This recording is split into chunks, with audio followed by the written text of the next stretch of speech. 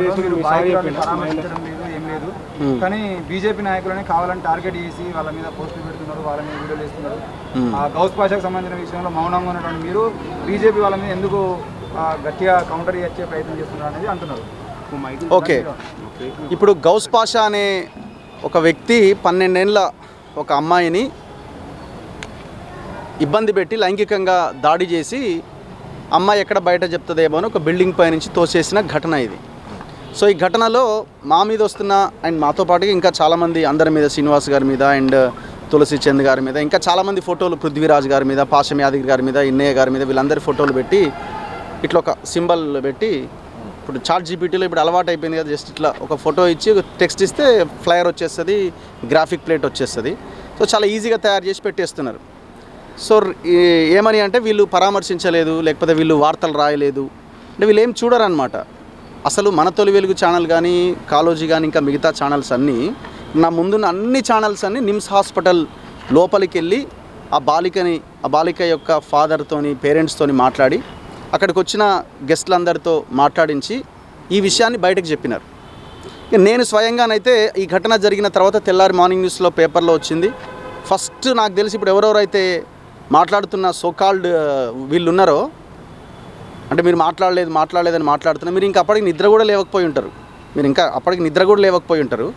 ఎందుకంటే మీరు వాళ్ళ మధ్య వీళ్ళ మధ్య చిచ్చు పెట్టే పనిలో ఉంటారు కదా, సాయంత్రాలు రాత్రులు అంతా. సో మీరు ఇంకా పొద్దుగాల లేవకపోయి ఉంటారు నేను మాట్లాడినప్పుడు. సో ఆ విషయాన్ని సమాజానికి తెలియజేయడంలో నేను కూడా ఒక పాత్ర పోషించిన. మేము థంబ్నెయిల్ కూడా గౌస్ పాషాగాడు వీడు అని థంబ్నెయిల్ పెట్టి మరి ఆ వార్తని ప్రజెంట్ చేసినాం మేము. సో ఎక్కడ ఈ విషయంలో మేము ఇది చేయలేదు. అయితే ఇక్కడ అందరు అనేది ఏంటంటే, బండి భగీరథ్ కేసులు అట్లెట్లా, గౌస్ పాషా కేసులో ఇట్లెట్లా అంటున్నారు. ఇప్పుడు ఆ 2 కేసులను మనం ఒకసారి కంపేర్ చేసుకోవాలి. అక్కడేమో ఎవరైతే నిందితుడు అని చెప్పబడుతున్నారో ఆ వ్యక్తి కనబడలేదు, అబ్స్కాండ్లో ఉన్నాడు, దొరకలేదు. సో అందులో హై ప్రొఫైల్ కేసు అది, దాంట్లో రకరకాల పొలిటికల్ యాంగిల్స్, రకరకాల ఇష్యూస్ ఉన్నాయి అందులో. సో అక్కడ దొరకలేదు కాబట్టి ఆ వార్త ఎక్కువ రోజులు నడిచింది. దొరికిన తర్వాత ఆయన అరెస్ట్ అయిన తర్వాత దాని తర్వాత పెద్దగా మీడియాలో చర్చ ఉన్నదా? లేదు కదా. ఇప్పుడు గౌస్ పాషా కేసు కూడా మీరు గమనిస్తే, ఎప్పుడైతే దాడి జరిగిందో విషయం బయటకు వచ్చిందో, అంటే అమ్మాయి స్పృహలోకి వచ్చిన తర్వాత అమ్మాయి విషయం బయటికి చెప్పిందో, ఇమీడియట్గా పోలీసులు కూడా వాడిని అరెస్ట్ చేసినారు, పోక్సో యాక్ట్ పెట్టినారు, అండ్ చంపేయడానికి ప్రయత్నం చేసింది కాబట్టి హత్యాయత్నం కేసు పెట్టి లోపల పడేసినారు.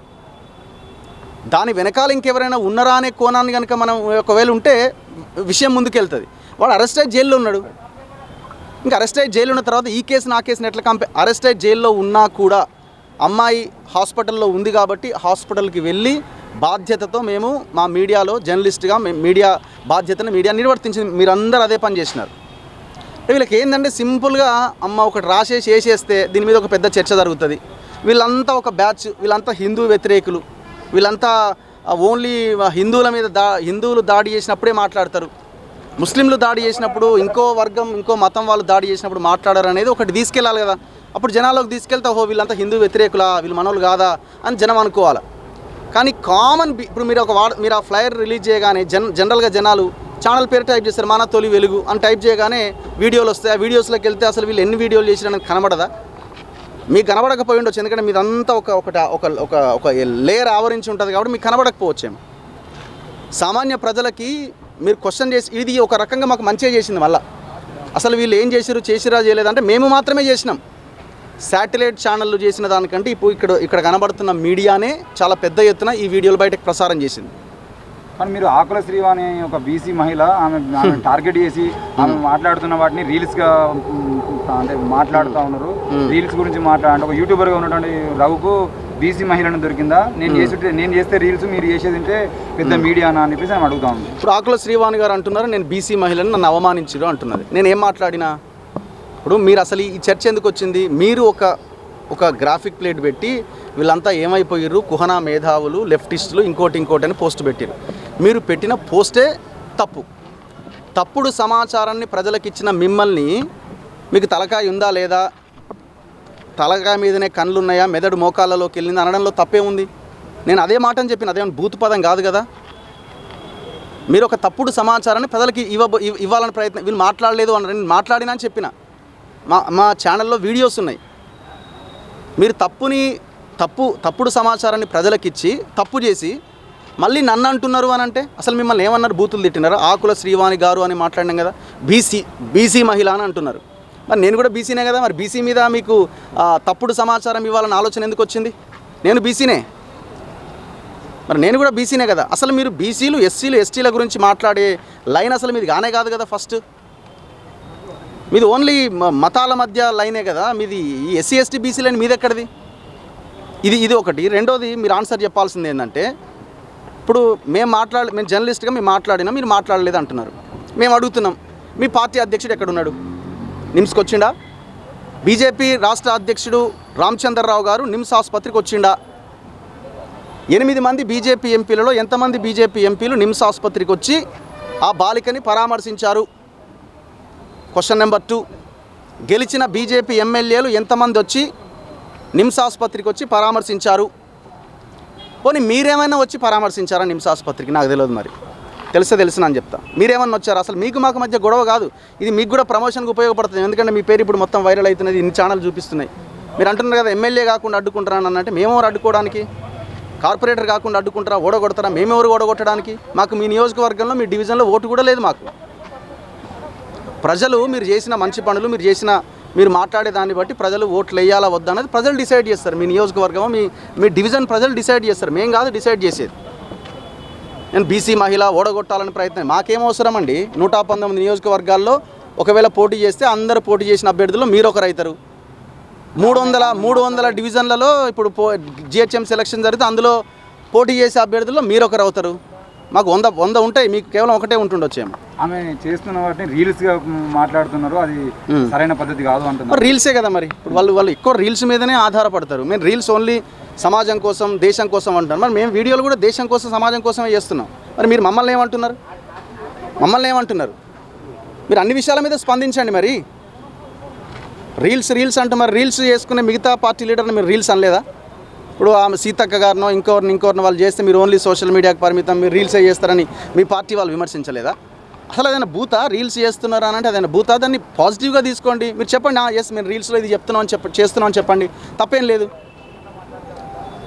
మీరు తప్పుడు సమాచారాన్ని ప్రజలకిచ్చి మొత్తం మీడియా మీద ఒక యుద్ధాన్ని ప్రకటించి, మీడియా మీదనే యుద్ధం మీరు ఒక రకంగా మీరు సోషల్ మీడియా మీద యుద్ధాన్ని ప్రకటించి తప్పు స్టార్ట్ చేసింది మీరే.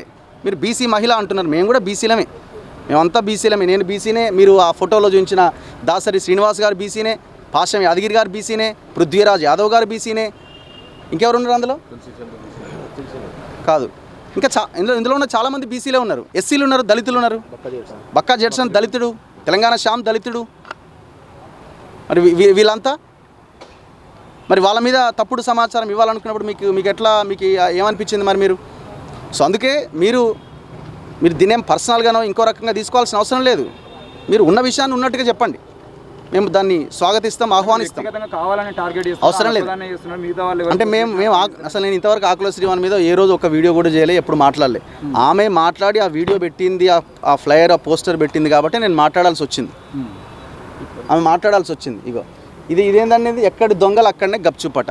మరి ఇప్పుడు ఒక బీసీని, ఇందులో ఉన్న ఎస్సీలని ఎస్టీలని బీసీలని అందరినీ దొంగలు అంటున్నావు కదా, ఎక్కడి దొంగలు అక్కడే గప్చుప్. అంటే జర్నలిస్ట్ రఘు దొంగ, పృథ్వీరాజ్ యాదవ్ దొంగ, పాశం యాదగిరి దొంగ, కుర్మ సామాజిక వర్గ పాశం యాదగిరి దొంగ, బీసీ యాదవ్ పృథ్వీరాజ్ యాదవ్ దొంగ, పద్మశాలి బిడ్డ ఎవరు జర్నలిస్ట్ రఘు దొంగ, పద్మశాలి బిడ్డ దాసరి శ్రీనివాస్ దొంగ, దళితుడైన తెలంగాణ శ్యామ్ దొంగ, దళితుడైన ఎవరు జడ్సన్ దొంగ, ఒక మైనార్టీకి చెందిన అస్మా దొంగ. అందరూ దొంగలేనా? ఎవరోదో ఫోటోలు దొరికిన ఫోటోలు అని పెట్టిన ఇలా. సో అందుకే మీరు మార్చుకోండి, మీ లైన్ని మీరు మార్చుకోండి, మీ వైఖరి మీరు మార్చుకోండి. సో మీరు ఏదో అన్నారని మేము ఏదో అయిపోయి నోరు జారి ఇంకేదో చేయాల్సిన అవసరం లేదు. సో మీరు లైన్కి రండి.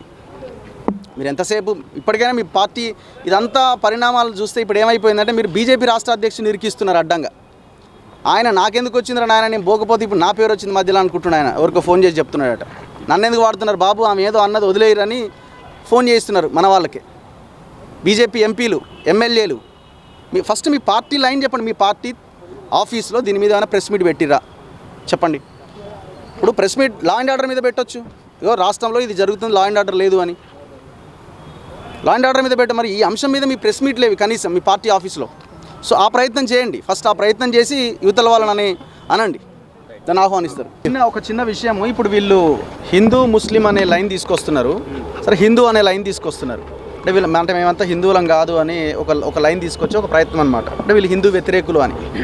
ఇప్పుడు 700 ఏండ్ల కింద శివాలయాన్ని ఈ గవర్నమెంట్ కూలగొడితే మేమంతా అక్కడికి వెళ్ళినాం, ఇగో మీరంతా అక్కడికి వచ్చారు. మరి బీజేపీ అధ్యక్షుడు వచ్చిండా, బీజేపీ ఎంపీలు వచ్చిరా, ఎమ్మెల్యేలు వచ్చిరా, ఆ లోకల్గా ఉన్న వాళ్ళు ఎవరో వచ్చి ఉంటారేమో. మరి దాన్ని ఎందుకు పెద్ద ఇష్యూ కింద తీసుకొని దాన్ని టేకప్ చేసి యుద్ధం చేయలే? ఎందుకంటే అక్కడ భూమి ఉన్నది కదా, పంచగా తినొచ్చు అని. అండ్ దాంతోపాటు మొన్న వరంగల్లోనే కదా, వరంగల్లో ఆంజనేయ స్వామి విగ్రహాన్ని 3 ముక్కలు చేశారు. ఈ సోకాల్డ్ భయంకరమైన ఈ భక్తులంతా ఎక్కడ పోయారు? బీజేపీ రాష్ట్ర అధ్యక్షుడు పోయిండా, ఎంపీలు పోయిర్రా, ఎమ్మెల్యేలు పోయిర్రా, ఆ లోకల్గా ఉన్న లీడర్లు కొట్టాడికి తప్ప మిగతా పార్టీ కార్యాచరణ ఏమైనా తీసుకున్నదా? మీ పార్టీ ఆఫీస్ నుంచి ఏమైనా ప్రెస్ మీట్ పెట్టిరా? 2 ఇవన్నీ మీరు మీ పార్టీ అధ్యక్షులను అడగండి. మీరు ఆ రీల్స్ చేస్తున్నారు కదా, ఆ రీల్స్లో పెట్టండి ఇవన్నీ ఏమైపోయిర్రని. మీరు ఒక జిహెచ్ఎంసీ ఆఫీస్ దగ్గరికి వెళ్ళి టీ ఫ్లాస్క్ తీసుకెళ్ళి ఛాయ్ పోసిరు కదా, సేమ్ అట్లా మీ బీజేపీ అధ్యక్షుడి దగ్గరికి వెళ్ళి సేమ్ అట్లే ఫ్లాస్క్ పట్టుకొని 7:30 స్వామి కనబడతలేరు, ఆడ హనుమాన్ టెంపుల్ గూలగొట్టిరు, ఆడ శివాలయం గూలగొట్టిరు అని అడగండి. అండ్ దాంతోపాటు మేము రీసెంట్గా కూడా కవర్ చేసినాము, ఇక్కడ కాంగ్రెస్ నాయకుడు అంతకుముందు టీఆర్ఎస్లో ఉన్న రంజిత్ రెడ్డి హనుమాన్ టెంపుల్ను గూలగొట్టిండు. అది పెద్ద స్కామ్, అది 100 కోట్ల స్కామ్, 1000 కోట్లు సంపాదిస్తారు ఫిలింనగర్లో. దీంట్లో ఒక హిందూ ధార్మిక సంస్థ ఈ దేవాలయ భూములు కాపాడే వానరసేన అనే రామరెడ్డి గారు అండ్ మిగతా వాళ్ళంతా, ఆయన ఎవరు ఇంకా కేశవ్, వీళ్ళందరూ కలిసి కొట్లాడుతున్నారు. వాళ్ళు మీ పార్టీకి అనుబంధంగా పనిచేసిన వాళ్ళే కదా, బీజేపీకి ఓటేయమని చెప్పిన వాళ్ళే కదా. దాంట్లో బీజేపీ నాయకులు అండ్ అందరు ఉన్నారు, అలా బీఆర్ఎస్ వాళ్ళు ఉన్నారు, కాంగ్రెస్ వాళ్ళు ఉన్నారు, అందరూ కలిసి ముఖ్యంగా మీ పార్టీ నాయకులు కలిసి 25 కోట్లు పంచుకున్నారు. నేను ఆయన ఎవరు శివస్వామి అనే ఆయన ఫోన్ లైన్లోకి తీసుకున్న వీళ్ళందరూ వచ్చిన ఆఫీస్లో ఇంటర్వ్యూ చేస్తే ఆయన ఓపెన్గా చెప్పిండు 5 కోట్లు తీసుకున్నారు ఒక పర్సన్ అని. ఇది మీ ధర్మం అంటే గుడి పేరుతోని గుడిలో లింగాన్ని మింగే మీ కొంతమంది మరి వాళ్ళని అడగాలి, మీరు వాళ్ళని కూడా క్వశ్చన్ చేయాలి కదా. అంటే హిందువులు భయంకరమైన హిందూ ధర్మం అని మాట్లాడే మీలాంటి వాళ్ళు ఇగో ఇట్లాంటివి జరుగుతున్నప్పుడు ఎందుకు మాట్లాడతలేరు మరి? సో దీనికి కూడా ఆన్సర్ చేయండి దయచేసి శ్రీవాణి గారు. ఈ 3 విషయంలో 3 రీల్స్ రావాలి మాకు తొందరగా. Thank you.